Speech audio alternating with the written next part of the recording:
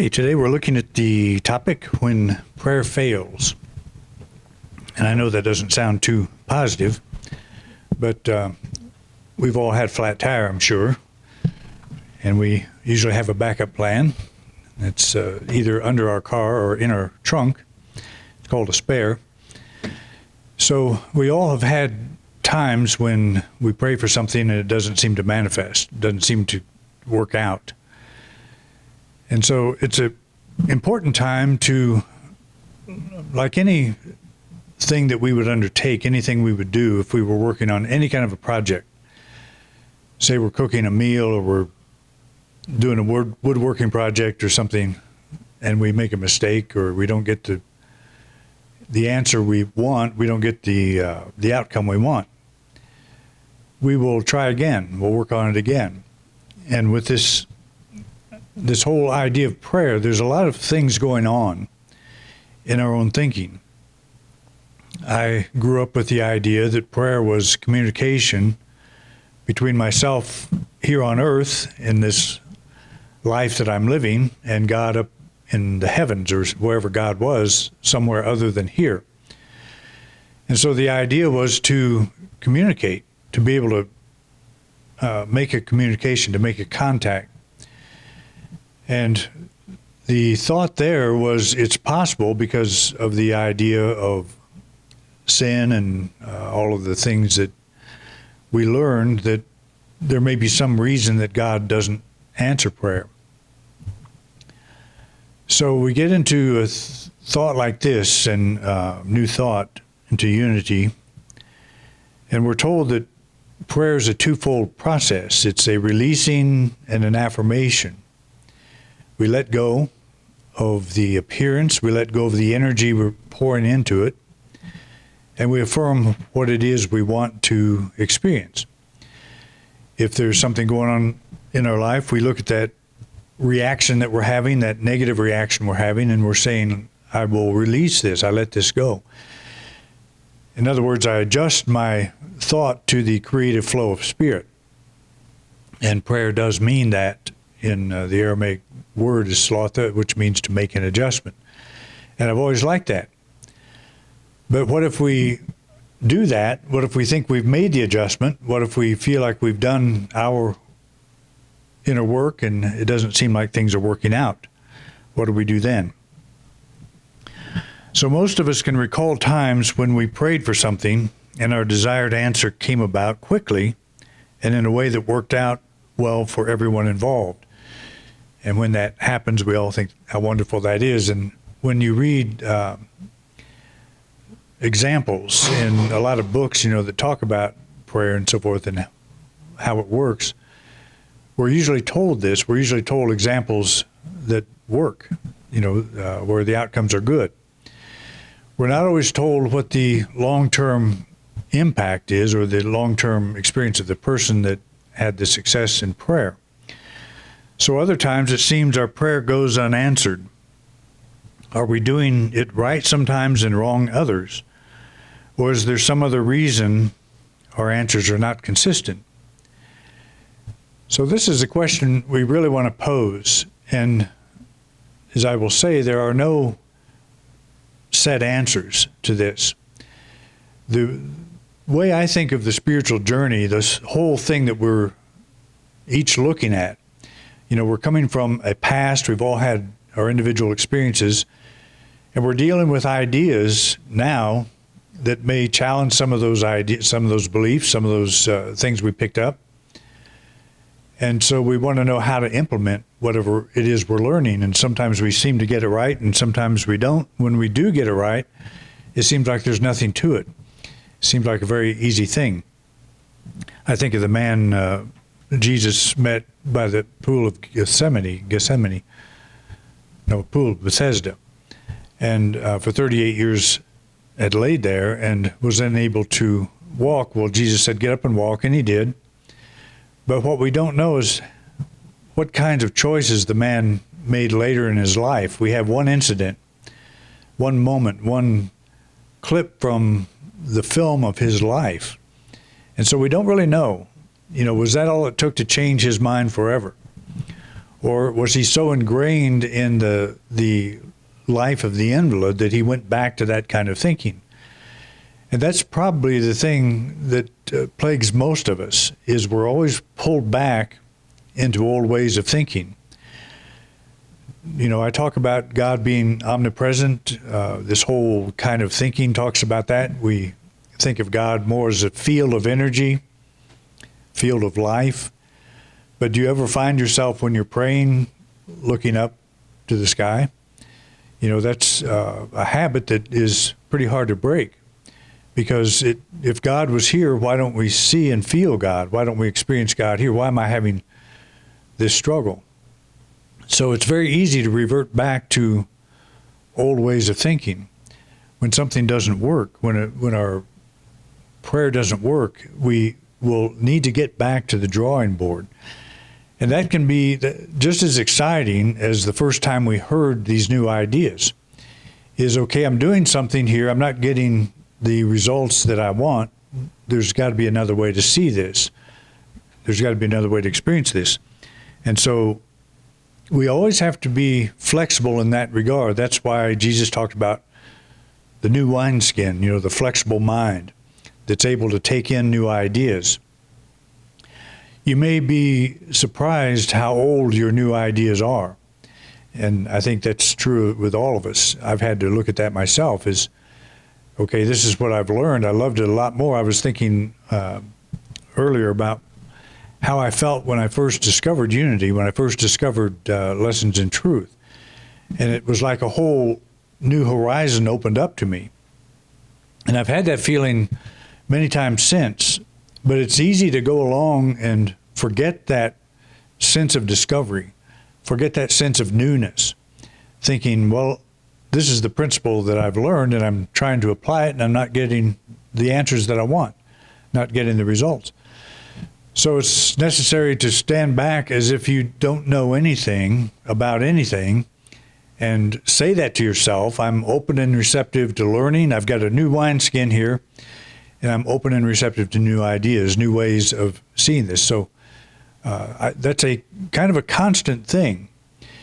It's like in our exploration of space, you know, we're constantly rethinking, what is this? What is this thing we call space? What is this thing we call flight? I was listening to a story of a man that lived back in the 1500s who left diagrams of a 3-stage rocket. And I can't think of the guy's name, but they showed the pictures that he drew of a 3-stage rocket. Well, they didn't even know how to fly back then, didn't know about airplanes, didn't know anything. Why would a guy come up with a 3-stage rocket? And he was trying to figure out the liquid fuel on how to make this thing fly. And he was trying to figure out the fins on the rocket to guide it and all of these things. Back in the 1500s, it's way ahead of his time. And even if he had invented one, probably wouldn't be able to, you know, utilize that, and everybody would think he was crazy. But he was just ahead of his time. But the thing that I'm saying here is, when we're not getting the results that we're after, when we're praying for something and we're not getting the answer that we want, it might be time to step back to the drawing board and kind of rethink what we think we know. You may remember Jesus in Gethsemane, where he prayed 3 times for a different outcome to no avail. James says our prayers go unanswered because we pray amiss. As a teacher of the art of affirmative prayer, it would not seem likely that Jesus prayed amiss. I think that story, we're seeing the human side of Jesus, where he understood that he had gotten himself in some very hot water, a very deep problem. And knowing what he knew about just the culture there, that he probably crossed a line. I think he would have been aware of this, and I think he didn't really want that outcome. And so when he was in Gethsemane, he prayed 3 times and said he was deeply troubled. You know, and the disciples would go with him to pray alone, and then they'd fall asleep, and he was very much alone. But that's a good thing, because that's the way we solve the prayer problem, is we go alone, we lay down all that we think we know and ask, what is this? How do we approach this in a new way? What is prayer? Does it work? What's the whole point of it? And to get back to the point where prayer becomes our prayer, our method of prayer becomes our own. It's not something that we picked up from somebody else, because you never know when you're applying the proper rules of somebody else. And when you find it for yourself, you'll know it's right. And if it's not right, you can go back and fix it. The gospel accounts tell us that Jesus' prayer went unanswered because God had bigger plans for him. Does this mean God wants me to endure this pain because there's a bigger plan? Is this financial setback thrust upon me to force me to open my eyes to greater possibilities? Did the relationship crumble because God doesn't want me to be with this person? And that's kind of the fallback that the old system of thinking puts us in. If I didn't get what I wanted, well, maybe it's not God's will. That's always the question. Is my will the same as God's? And I have said in the past that it is. That we want greater freedom, we want greater peace, we want greater love, we want greater good of all kinds. And that is God's desire through us. And we're in a situation maybe where that seems to be blocked. So to ever ask that question, maybe it's not God's will for me to have this healing or have this, this financial breakthrough, or to have this thing work out in relationships. I have had people ask me that, if get into a relationship that doesn't work out, well, maybe God doesn't want me to be in a relationship. It really has nothing to do with what God wants. It has to do with who you are and what you want.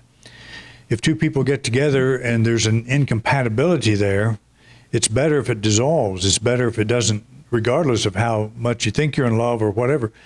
In the long run, you get up each day and there's that person, and if you're not on the same page, if you're not compatible, it's going to be pretty difficult to stay together, to keep that going.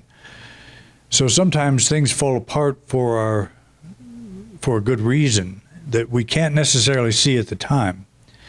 I've had that happen many times where things I wanted, I think I did a little poster of, just showed a candy store and said if I had gotten everything I ever wanted, I would have died a long time ago from an overdose of sugar in a candy store, because all you want to do is eat sugar, when you're little, and when you're big too, but you kind of control it. But that's, we don't always get what we want. And if you think of like Mick Jagger saying, you don't always get what you want, you get what you need. So is God saying that, or are you saying that? That's what it comes down to. And I would say God will allow you to experience about anything you want. But do you want that? Do you really want what is there? Or are you open-minded enough to say this or something better? So if you're going through a challenge of some kind, sort of take God out of the picture. This has nothing to do with God's will. It has to do with your will. It has to do with your desire for greater freedom. So that way you can put the ball in your court, keep the ball in your court all the time. If I pray for something that's not working out, then that's my cue to dig deeper, to look at what do I think this is? How do I think prayer works? What is my role? Do I really believe the thing I've asked for in prayer that I'm now receiving? Or this particular way it showed up, it's not working out, so does that mean it's not supposed to be for me? Well, the bigger question is, the desire for freedom is always the right thing. And how that freedom manifests, what form that freedom manifests in, that's flexible. It should be up for grabs in the sense of this or something better. I just think that's a good tag to put on every prayer. The most productive response we can have to apparently failed prayer is to take a hard look at how we think prayer works. Are we attempting to get God to act, or are we doing everything possible to align our thoughts, our expectations, and our actions with the outcome we desire? So again, we set God aside in the sense that God is like this servant that we're calling upon to bring about the answer to this prayer. And let's just think more in terms of how aligned am I with the answer that I seek. When I pray for something that doesn't work out, do I experience disappointment? And if I do, is disappointment in alignment with what I want? So that's a new question to ask. Disappointment obviously is not in alignment with anything that I want, because that just leads to greater disappointment. So that didn't work out. So what is the greater good? What is the broader way to see this? How do I make my adjustment? How do I pray afresh, pray with a new mind, and to back up and say this or something better? So the ball is always in our court. If a prayer is not answered, we never want to blame God. God just is. God is life, love, power, and intelligence working through us at all times. In our individual life, the individual things that we want to experience in our life, that's our concern. And so the method of aligning ourselves with that is always within our reach. And one way doesn't work, so we say, okay, that doesn't mean the system is broken. I'm still in the game. I'm still here. I still have this need. And if it's a pain, if we're going through physical pain of some kind, and we've all had that, I'm sure, we've all been there, it's a difficult thing to work with, but we have to. If we want to work with it in a way with how do I apply prayer to this pain in my body? Or how do I apply prayer to this financial situation? Or how do I apply prayer to this incident I'm having with this person? We have to go back and find it ourselves. We have to find the best way to work that. What's the best way to look at this? Disappointment is not an answer. It's a reaction. And so, yes, I'm disappointed. But that's not the end of it. There's another way. There's another way to look. And that's so much of prayer is just walking your daily walk, living your daily life, and making the adjustment to how the greater good will unfold. So it didn't work out through that way. It didn't work out through that doctor's appointment. Or it didn't work out through that conversation I had with the person I'm at odds with. It only got worse. So we back up and say, well, there is still a way. There's still a way that this will unfold in a peaceful, productive way. That's me making the adjustment to that situation. It's taking the burden of proof off of God. And because Jesus said, with God, all things are possible. Well, we have God, so all things are possible. So the point is that we open our minds to that all possibility. Let's just act as if we're starting afresh today with that problem that we're dealing with. We've asked, it hasn't come about, so there's another way to ask. There's another way to think of it.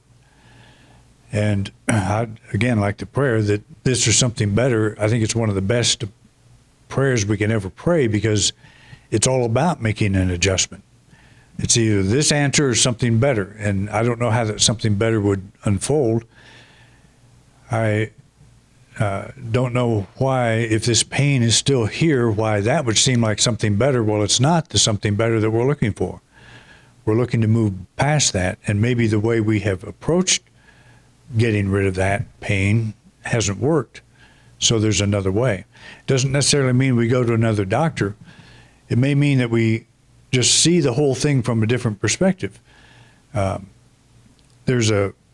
was listening to a fellow who was talking about this very thing, that his body was in excruciating pain from some rare disease that he had contracted. And he couldn't figure out how to get rid of it. He went to every doctor imaginable. None of them helped. It just seemed like it kept getting worse.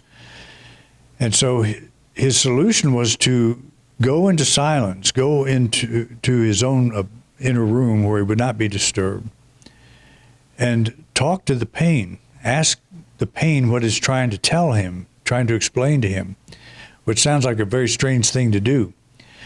But he said he began to get a new insight into how that whole thing was working through his body. And it was like the pain was calling his attention to a higher level, to a higher way of seeing, to another way of seeing. And he was actually able to separate himself from his body and that pain. He was saying, this pain belongs to the body. It does not belong to me. And he was able to start with that idea. I, a soul, am pain-free. And right now my soul is manifesting through this body. And he began to see that from that perspective, which is really a shift in identity. I'm a body that hurts, starts with, from a soul that has no pain. And that's a shift in understanding. And he said it took quite a while to get to that point. I think Myrtle Fillmore did the same thing in a slightly different way, where she had tuberculosis, was not expected to live a very long life. But she was told that she is a child of God and cannot inherit sickness, which totally lit her mind up. And she would spend several hours a day in a room by herself with an empty chair she imagined was Jesus, and listening to him, talk to him, and turning herself over to him and so forth. Just a totally different approach that she did not read about in some book someplace. Was never told about. It was very unique to her. But she was able to move into a space where she thought of herself not as a person with a body that's full of pain, but as a soul that is pain-free at this moment. And my soul is now shining through, and you develop a visualization of that. And it'd be the same if we're having a dispute with somebody or a financial problem or whatever. That whole idea of I'm a soul that has no needs. All my needs are met. Whatever the issue is, we translate that, but we start out with the soul as being complete as it is right now. And the prayer is to see that wholeness and see that shining through, and not try to make any changes, but just know that the intelligence that is working through me now is working through this situation, working through this body, working through whatever. And that is the ultimate adjustment. To make an adjustment is to adjust from seeing myself as a person with a body that hurts to a soul that is occupying this body that hurts. But the soul itself is free of the pain, free of financial limitation, free of discord, any discord I might be experiencing with somebody else. So there's no single answer to this question, what do you do when prayer fails? However, if you believe in the power of prayer, you'll take it upon yourself to find your answer. If you've had no success implementing all the prayer techniques given to you through books and teachers, then it may be time to let go of these and embark on your own quest to understand this important practice. And I think that's very true. It often comes down, if we don't own the principles we claim to believe in, that is, if we don't apply them, if we're not applying something that's actually bringing about a change in our life, then we don't own them. And sometimes the problem can be so persistent that it forces us to look. And it feels like we're being punished, feels like suffering. And it is suffering. But suffering usually causes us to ask new questions. And that's the point, is if the principles that we are trying to apply now do not seem to be working, then it's time to go back within ourselves and find the way that does work. Because the question is, do you believe prayer works? You know, when it really comes down to it, that's the ultimate question when you're talking about prayer. Do I believe prayer actually works? And if so, why isn't it not working in this case? Why is it not working now? So do I just throw up my hands and say, I don't know, it's just a mystery? Or do I find out? Do I keep looking at it? Jesus said, you knock and you ask, and the door will be open. I like that parable of the hidden treasure. Jesus had his character sell all of his possessions to buy the treasure-bearing field. We know what others teach about prayer. What do you say, or what do we say it is? And how do we successfully employ it in our situation? So the time comes where sometimes we do have to sell everything. That is, we have to lay down all of our preconceived ideas. Do I really think prayer works? And if so, how can we make it work in this situation? What do I have to do? What kinds of adjustments do I have to make this work in my life here and now? And there is an answer. I can't stand up here and say, here it is, here's the answer, here's how you do it. Because I'm dealing with the same kinds of things you are. We're all in this together. I believe prayer works. I have had many experiences where it didn't look like it worked. So does that mean prayer doesn't work? Or it works sometimes it does? I have a feeling that when it doesn't work, I'm doing something that's, I need to move up higher in my thinking, to look at it in a slightly different way, in a new way. I need to sell everything I have, all my preconceptions, to buy this field. So the way is not always apparent, but this does not mean that the answer we seek is unavailable. Ask, seek, knock until the door opens. If you say, I did these things and still nothing, then ask, seek, and knock again, and as many times as it takes to see the door open. Either you believe your answer is possible or you do not. If you believe it is possible, then stay with it until it becomes your reality. So we all want to learn a system. We want to learn how to do a thing.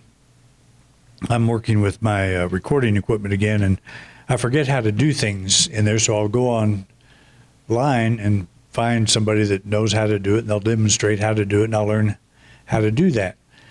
Well, you can't find anybody on YouTube that can give you the kind of answer that you probably are looking for when things fall flat. There's a lot of inspiration. There's a lot of good things on the internet. But what it comes down to, and this is true with the music software, it's true with anything, you have to actually go in and do it. You can have a general idea, which is what I'm giving you right now, just a general idea of how to do this. But then you have to go to the computer and to the software, and you have to make the clicks and all the adjustments necessary to bring about the thing that works. And what I find often is the way that a person tells you how to do something, that may work, but it may not be the way that you like best. You may find a better way to be open to something better.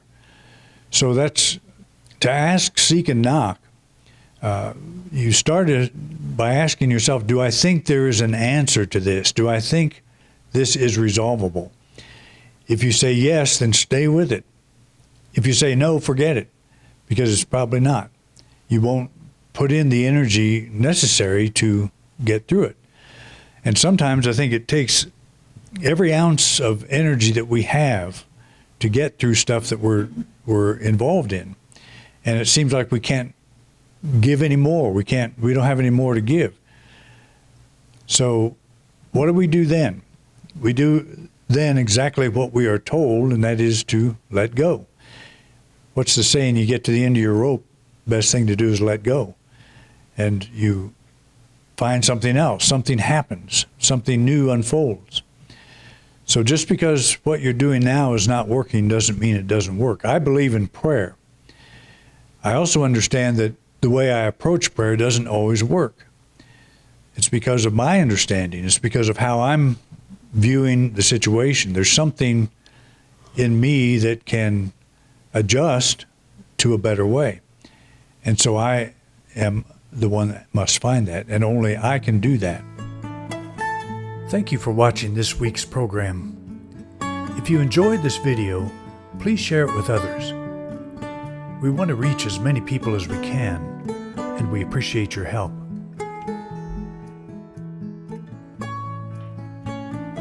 We have many subjects in our video lineup, so feel free to take a look.